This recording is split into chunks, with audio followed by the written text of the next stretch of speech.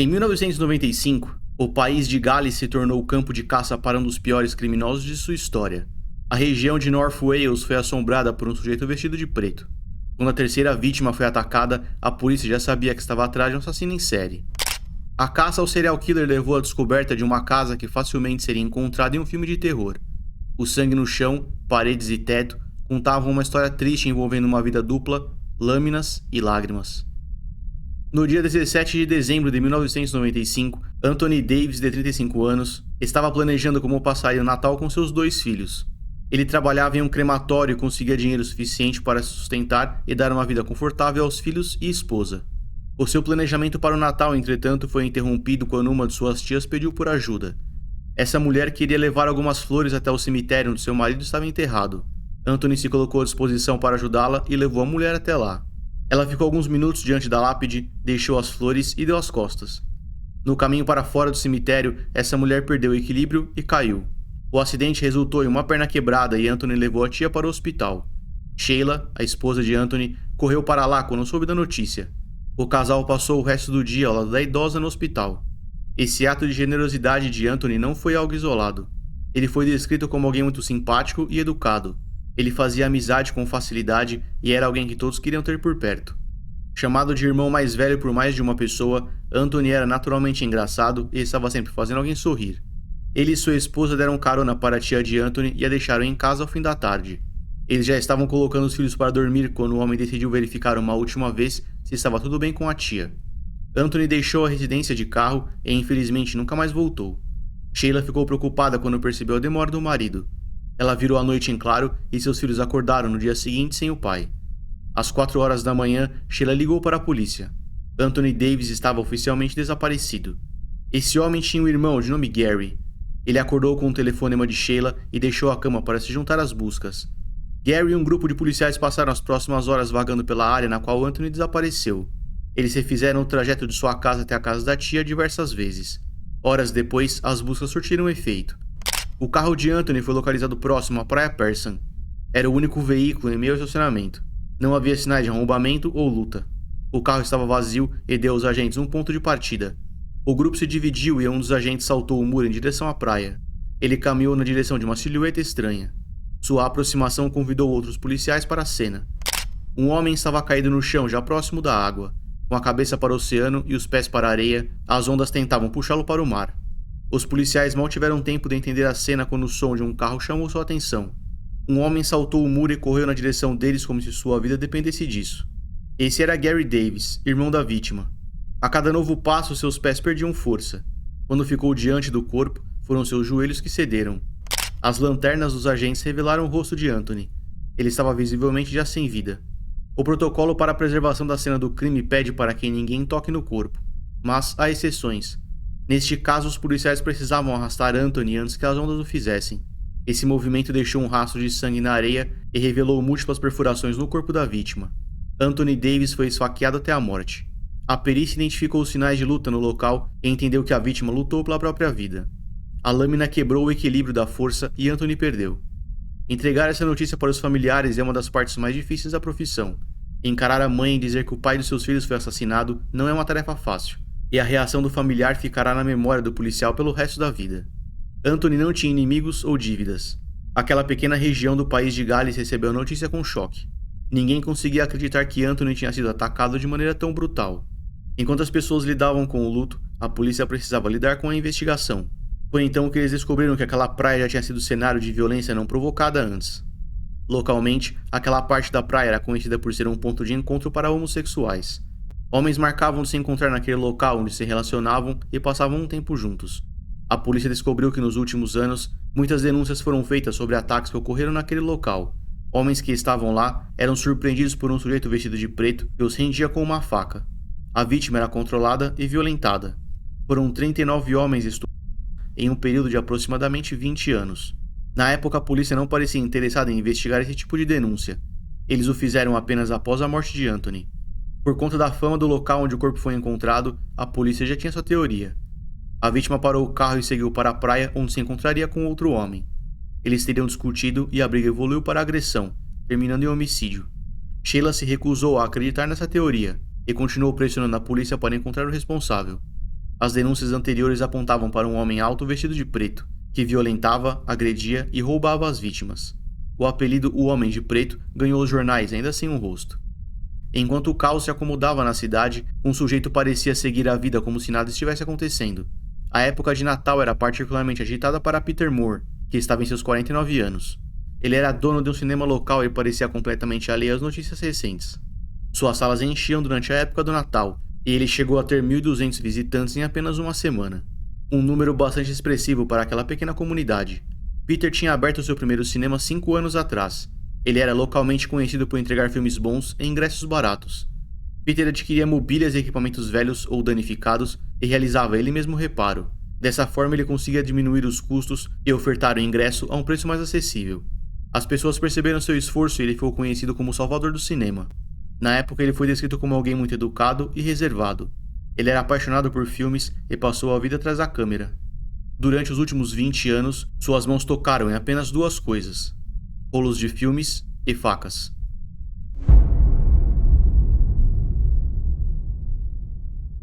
Peter Moore nasceu em 19 de setembro de 1946, em St. Helens, no Reino Unido. Ainda pequeno, ele se mudou com sua família para Kimball Bay. Peter cresceu em área rural percebendo que sua família recebia tratamento privilegiado. Seus pais eram donos do maior prédio da área e estavam à frente da empresa mais valiosa. Como era uma comunidade pequena, todos se conheciam e, portanto, Peter aproveitou da fama dos pais. A família vendia praticamente qualquer coisa, de utensílios domésticos a ferramentas de construção. A mãe de Peter mimava o filho de todas as formas possíveis. Ela era apaixonada pelo garoto e o tratava como um príncipe.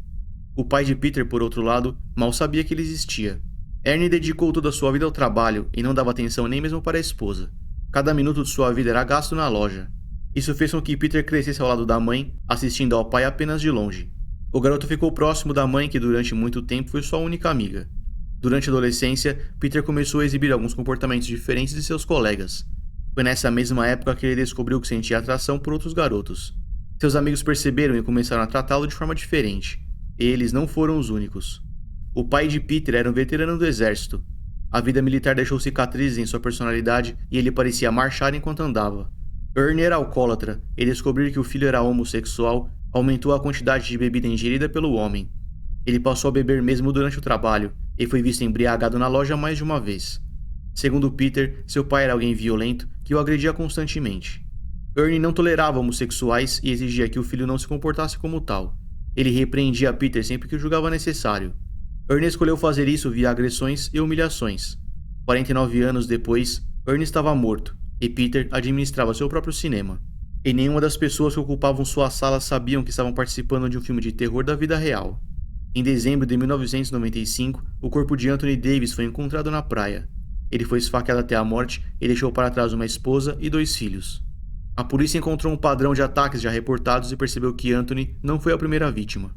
Um sujeito alto vestido todo de preto caçava homens naquela área para roubá-los e violentá-los.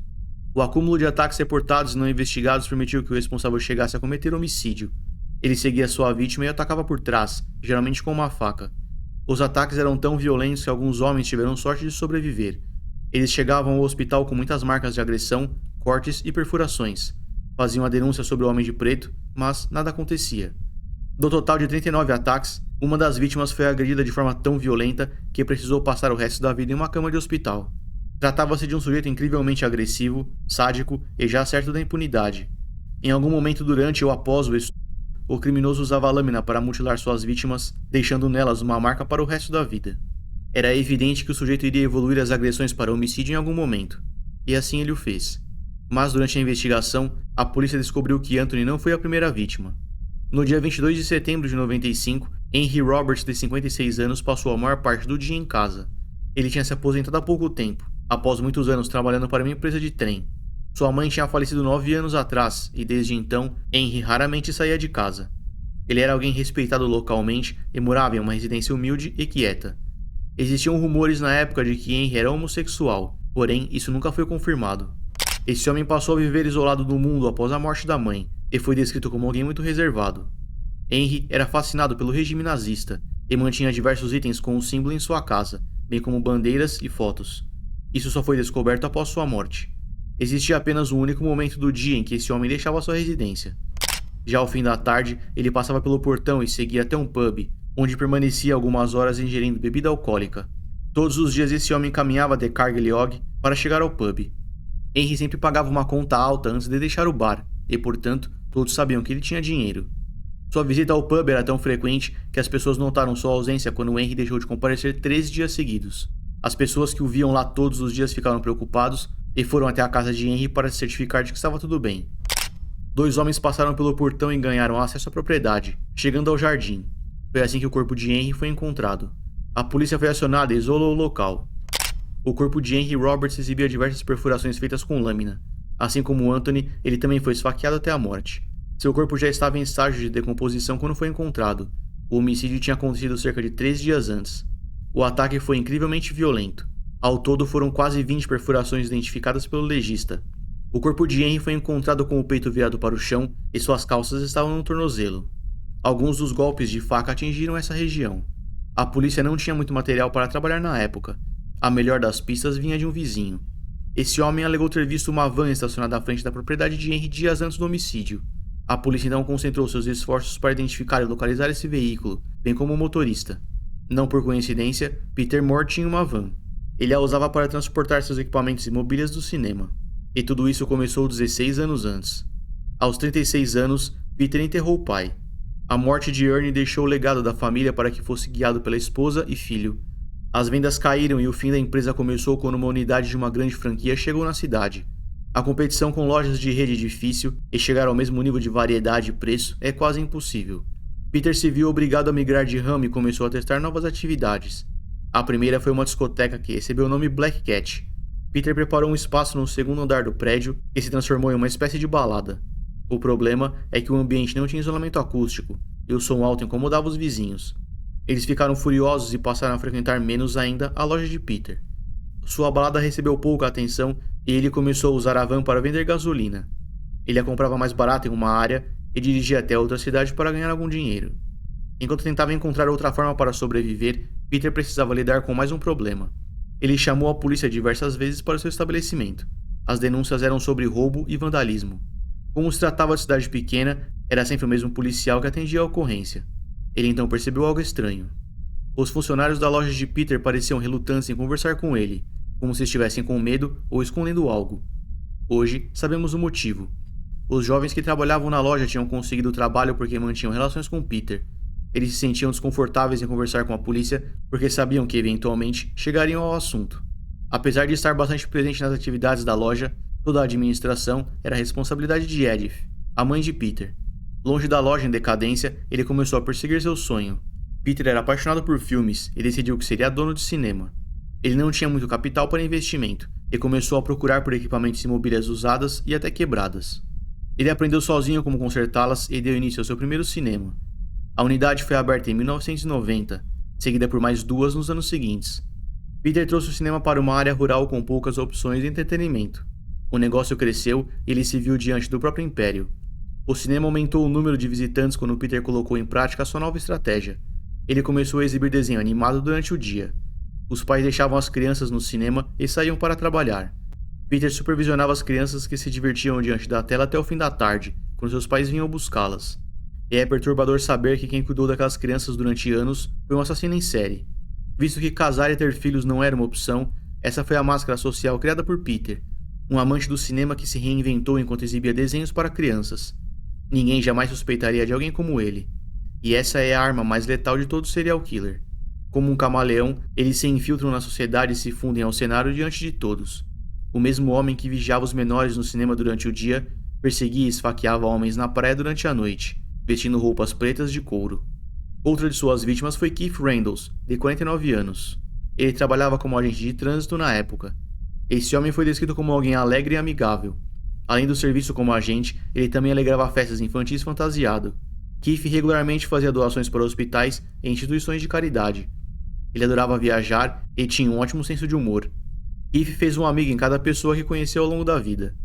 Com a aproximação do Natal, ele decidiu que iria viajar para visitar sua filha Lisa. A família tinha muito significado para ele e escolheu dividir a mesa com sua filha naquela data. Em novembro de 1995, Keith estava trabalhando próximo a um terreno em construção. Ele ajudou a orientar o trânsito e voltou para casa. Porém, no caminho decidiu parar em uma loja de conveniência onde adquiriu salgadinhos e bebidas. Na manhã seguinte, seus colegas chegaram à construção, mas rapidamente notaram que havia algo de errado. Passando muitos sinais e placas que estavam fora de lugar, eles encontraram um homem caído no chão. Aquele era o corpo de Keith Reynolds. Ele estava totalmente coberto de sangue e visivelmente já sem vida. A polícia foi acionada e isolou a área. O corpo foi retirado da A5, uma das principais avenidas do país de Gales. Um grande rastro de sangue indicava que a vítima tentou lutar pela própria vida. Keith entrou em luta corporal com o agressor, porém foi violentamente esfaqueado no processo, até que perdeu as forças e caiu. Segundo o legista, esse homem sofreu 9 perfurações via lâmina. A mesma mão que limpou o sangue da faca também apontou a direção para crianças em um cinema horas depois. Meses antes desse homicídio, a mãe de Peter faleceu. Desde então ele se tornou alguém ainda mais introvertido, agora carregando mais ódio do que sorrisos. Seus comportamentos estranhos foram entendidos como período de luto, e foram relevados. Peter abriu seu terceiro cinema e os negócios pareciam promissores. Entretanto, a realidade era diferente. Apesar de estar expandindo, o lucro de suas unidades estava caindo. A antiga loja do seu pai respirava por aparelhos e já não contava mais com a administração da mãe. Apesar da dificuldade financeira, Peter viu no enterro da mãe uma passagem para a liberdade. Ele sempre se interessou por sadomasoquismo. As roupas que vestia durante os ataques faziam referência a isso. Porém, Peter também sempre tentou reprimir essa vontade, pois tinha medo de perder o amor da mãe caso ela descobrisse. A verdade é que muito provavelmente ela já sabia, mas diferente do marido, nunca disse nada. Assim que essa mulher faleceu, Peter mergulhou nesse mundo, e o cenário foi a casa da família. Vizinhos se lembram de gritos que vinham daquele lugar em diferentes momentos do dia. Para o seu aniversário de 49 anos, Peter presenteou a si mesmo com uma adaga que já tinha visto há muito tempo. Entre roupas de couro e chicotes, ela entrou para o arsenal do serial killer. O perfil de vítimas estava claro para a polícia. Homens que estavam sozinhos à noite em local isolado. Eles eram atacados, entravam em luta corporal com o agressor e faleciam via golpes de faca. Itens de valor eram levados, mas não pareciam ser o objetivo principal do ataque. Na época, a polícia acreditava que cada uma das vítimas era homossexual. Isso conectaria o perfil e por consequência os casos, visto que o modus operandi parecia o mesmo. Seguindo essa linha, a polícia foi até bares e grupos dedicados ao público homossexual, na esperança de conseguir informações importantes. Eles fizeram isso com a ajuda da mídia, e funcionou. Um homem que não quis ser identificado se apresentou na delegacia quando viu a notícia no jornal. Ele alegou que era outra vítima do criminoso. Esse homem estava na praia onde o público homossexual se encontrava, quando foi abordado por um homem alto vestido de roupas de couro preto. Esse indivíduo então convidou a vítima para ir até uma residência em Kimmel Bay. Após passar pela porta, o homem foi violentamente agredido de diferentes formas. Após longas horas de ato íntimo forçado e agressões, esse homem já estava certo de que não deixaria a casa com vida quando suas amarras foram retiradas. O agressor abriu a porta e ele fugiu. A vítima se recusou a guiar fisicamente os agentes até a casa, mas foi capaz de descrevê-la, bem como desenhou o caminho até ela no mapa. Uma viatura descaracterizada fez a viagem e estacionou à frente da residência apontada pela vítima. Quem morava naquela casa era Peter. Investigando o histórico do proprietário, a polícia descobriu que ele era homossexual e sobre sua preferência referente a couro e chicotes. Uma van branca, com as mesmas características da vista em ao menos uma cena de crime, estava na posse de Peter. Ela era alugada. Ele passou imediatamente de pessoa de interesse para suspeito. Os agentes cercaram o local e bateram na porta. Peter Moore foi algemado e preso. A adaga utilizada nos homicídios foi encontrada na van, e estava parada na propriedade do criminoso. Uma busca na casa entregou para a perícia evidências que conectavam Peter aos homicídios de Anthony, Keith e Henry. Assim como a maioria dos assassinos em série, Peter também roubava itens de suas vítimas para guardá-los como troféus. Para Anthony, ele roubou o casaco que o homem usava. Esse item foi lavado e encontrado na sala. Para Keith, uma câmera portátil foi subtraída de seu veículo, encontrado aberto na construção, a poucos metros do corpo. Uma bandeira com uma suástica foi roubada da casa de Henry e estava em uma das paredes da casa do serial killer. Porém, as evidências da vida secreta de Peter não pararam por aí. A perícia também coletou uma série de itens ligados ao sadomasoquismo. Sangue foi encontrado no chão, parede e teto de mais de um quarto, possivelmente provocado por movimento de chicote. Algumas das vítimas de Peter foram atraídas para lá com a promessa de atos íntimos, porém, a agressividade do criminoso passava do combinado, e ele chegou a mutilar alguns dos homens. Sinais de atividades ligadas ao sadomasoquismo foram encontrados em todos os quartos da casa, com exceção do quarto onde a mãe de Peter dormia. Esse permaneceu intacto. A fantasia e desejo em causar dor cresceu no criminoso de maneira descontrolada, e ele não estava mais satisfeito em apenas usar a vítima e deixá-la ir. Ele precisava matá-la, e foi assim que deu início aos homicídios. Peter foi levado em interrogatório onde confessou os 3 assassinatos. O comportamento esperado para criminosos quando estão em transporte é que escondam o rosto das câmeras. Peter não o fez. Ele sorriu e parecia procurar pelas lentes, como se fosse um astro do cinema. Ele chegou a fazer poses que os familiares das vítimas entenderam como deboche ou provocação. Ele claramente não tinha nenhum nível de remorso pelo que tinha feito. Peter confessou os 3 homicídios e mais de 50 outros ataques, parte deles na praia, parte em sua residência. Diante da realidade que se materializou em grades de ferro e camas de concreto, Peter percebeu que seus 15 minutos de fama estavam se esgotando, e o exibicionista não queria que o show terminasse. Foi então que ele chamou um dos agentes para confessar um 4º homicídio. Edward Carty tinha 28 anos de idade quando foi atacado e esfaqueado até a morte pelo serial killer. Cronologicamente, esse foi o seu 2º homicídio, e aconteceu em outubro de 95. Porém, a polícia só descobriu após a prisão do criminoso. Peter conheceu Edward em um bar para o público homossexual. Eles conversaram e decidiram ir até uma floresta para continuar a noite. Uma vez isolados, Edward foi cruelmente atacado e violentado. Já algemado, Peter forneceu um mapa para a polícia apontando onde o corpo seria encontrado. O local foi identificado e a vítima recolhida. Seu corpo já estava em estágio avançado de decomposição e, portanto, a análise do legista foi comprometida. É comum que serial killers revelem crimes nunca solucionados após a prisão. Como sabem que já irão pegar a pena máxima, tentam inflar os números para conseguir algum tipo de atenção. Para eles, isso não passa de um jogo. Peter Moore foi a julgamento em novembro de 96. Durante todo o tempo ele fez contato visual com os parentes das vítimas, sempre ostentando um leve sorriso. Peter parecia encontrar alguma satisfação ou humor naquela situação. Sua defesa estava presente apenas por obrigação legal, visto que não havia nada a defender. Peter foi considerado culpado por todos os crimes. A sentença foi de prisão perpétua, sem a possibilidade de liberdade condicional. Ele foi recolhido para o presídio Wakefield, em West Yorkshire, na Inglaterra. Também conhecido como a Mansão dos Monstros, essa unidade é dedicada para agressores sexuais, criminosos com alto potencial de risco e sujeitos com alta visibilidade, como Peter. E é impossível citar essa prisão sem lembrar de Robert Musley. Melhor conhecido como Lobo de Wakefield, ele precisou ser separado dos outros internos após cometer um massacre no presídio. O Estado criou uma cela especial para mantê-lo isolado. Do contrário, hoje seria provavelmente o único interno vivo da unidade. Essa estrutura serviu de inspiração para a cela de Hannibal Lecter, em O Silêncio dos Inocentes. Já existe um vídeo aqui no canal sobre o caso de Robert, se você tiver interesse. A motivação para os ataques de Peter permanecem desconhecidas. Quando questionado, ele disse que fez apenas por diversão. Sua defesa tentou uma apelação após a sentença, porém o pedido foi negado. O juiz determinou que nenhuma nova apelação poderá ser ouvida referente ao caso, o que enterra o serial killer para sempre. Hoje, aos 79 anos de idade, Peter Moore encontra-se encarcerado em Wakefield, no Reino Unido, onde deve permanecer pelo resto de sua vida.